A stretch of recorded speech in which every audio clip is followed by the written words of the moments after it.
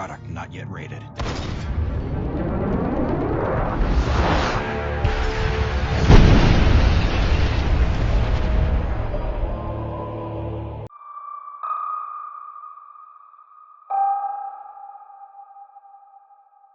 I couldn't believe it. According to the document I was looking at, John, the boy who would go on to become the Master Chief, died 41 years ago. My protagonist, the greatest hero of our time, was dead at 6. It was a major discrepancy, and I needed to find a way to fix it. I'm Benjamin Giroux, and this is Hunt the Truth.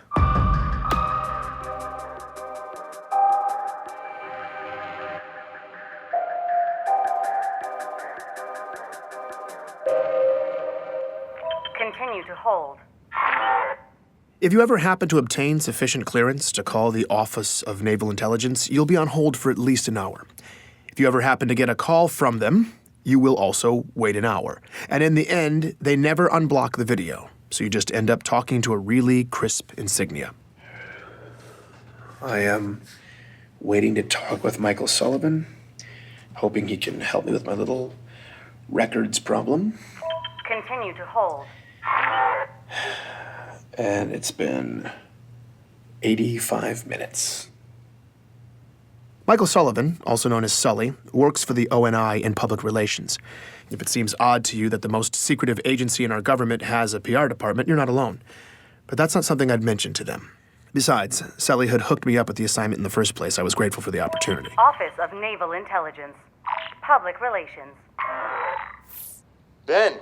Hi, Sully. Hey, yeah, thanks for taking my call. Absolutely. How are the sources? Up until this point, I'd had no problems with the story. All my facts had been lining up nicely, but now I had an obscure document from the far reaches of the galaxy that listed John as deceased. This contradicted everything. I needed Sully to make it make sense, and thankfully, he did just that. Welcome to the outer colonies. Nothing makes sense out there. No, I know. It's just, I just want to make sure that I button up all the details. And that's what you're doing. Look, Ben, it's the far reaches of space out there, and the planet you're talking about was glassed to hell. You know just as well as anybody that if there are any local records, they're a mess. Okay, so I felt a little stupid. Sully was right. It's a real problem in the outer colonies. Planets destroyed by glassing have bad records. Every researcher knows this, and every researcher knows that questioning that fact is standard fodder for conspiracy theorists. It's a cover-up. That's government secrecy 101. That's a message I received last week from a man named Meshach Maradi. He's one of many truthers out there who've come out of the woodwork since I started doing this story. Apparently, he heard I was investigating the Master Chief. Meshach seems less ridiculous than most of the characters who've been filling up my inbox, but he's definitely been the most persistent. He's left me a message every day for the past 2 months.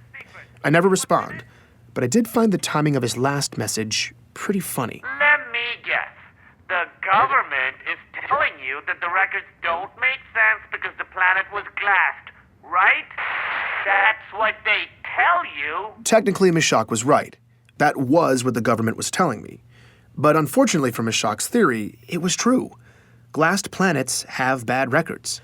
John's childhood friend, Ellie Bloom, has dealt with this reality her whole life. I recalled what she'd said in her interview. I mean, it can be hard enough out here trying to do business between planets that haven't been glassed. There's so much upheaval.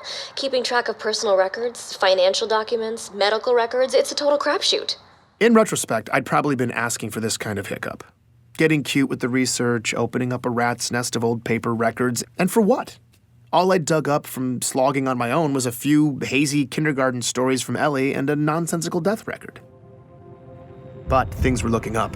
Sully had arranged a face-to-face interview with ONI Vice Admiral Gabriela Dvorak. That not only got me off-world, but it was on board the newest Autumn-class heavy cruiser, the UNSC Under the Breach. Got a private shuttle up, full luxury.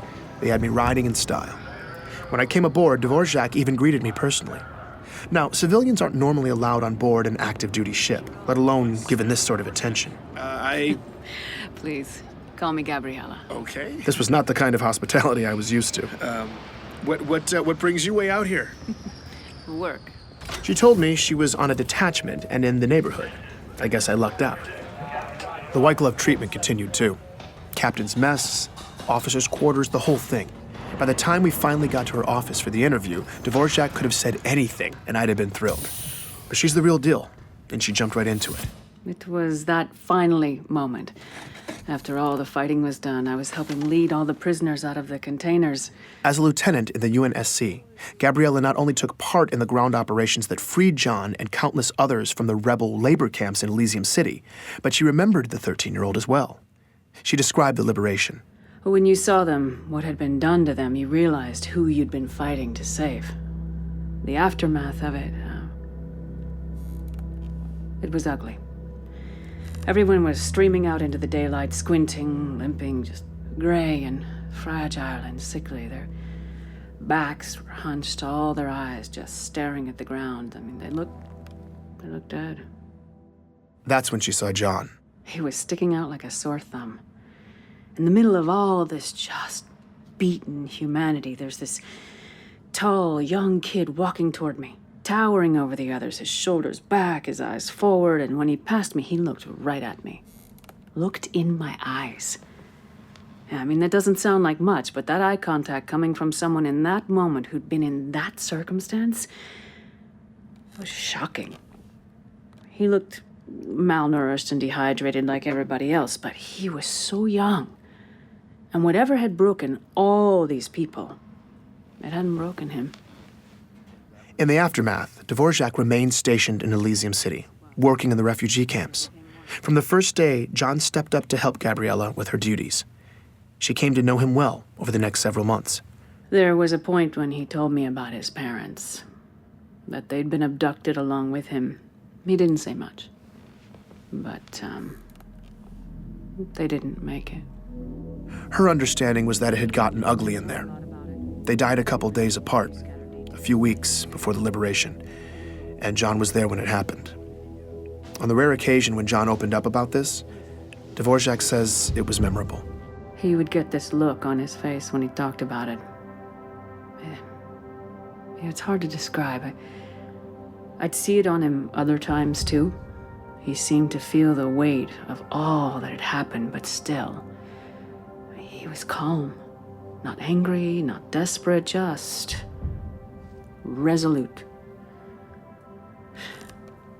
He was a remarkable young man.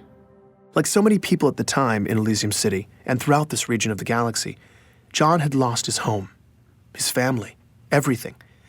People packed up whatever they had left, got out of town, and most never looked back. But Dion Govender, John's boxing coach, said many of them found a way to get some measure of closure. Yeah, definitely. We all got separated and spread out across the planet and the colonies, but some of us were able to cobble together a list of names. I don't know, kind of a memorial that grew longer as we got more information. Yeah, I remember seeing John's parents' names on the list early on, but not John. After he missed that last practice, never saw him again, but I remember thinking, that's okay. You know, as long as I never see his name on this list, that's okay. And I never did. His will to survive left an impression on then-Lieutenant Gabriella Dvorak as well. I think John just didn't want to be a victim anymore. I remember him telling me he was going to enlist. He said he was going to make a difference. I've never been more sure of another person than I was of him when he said that.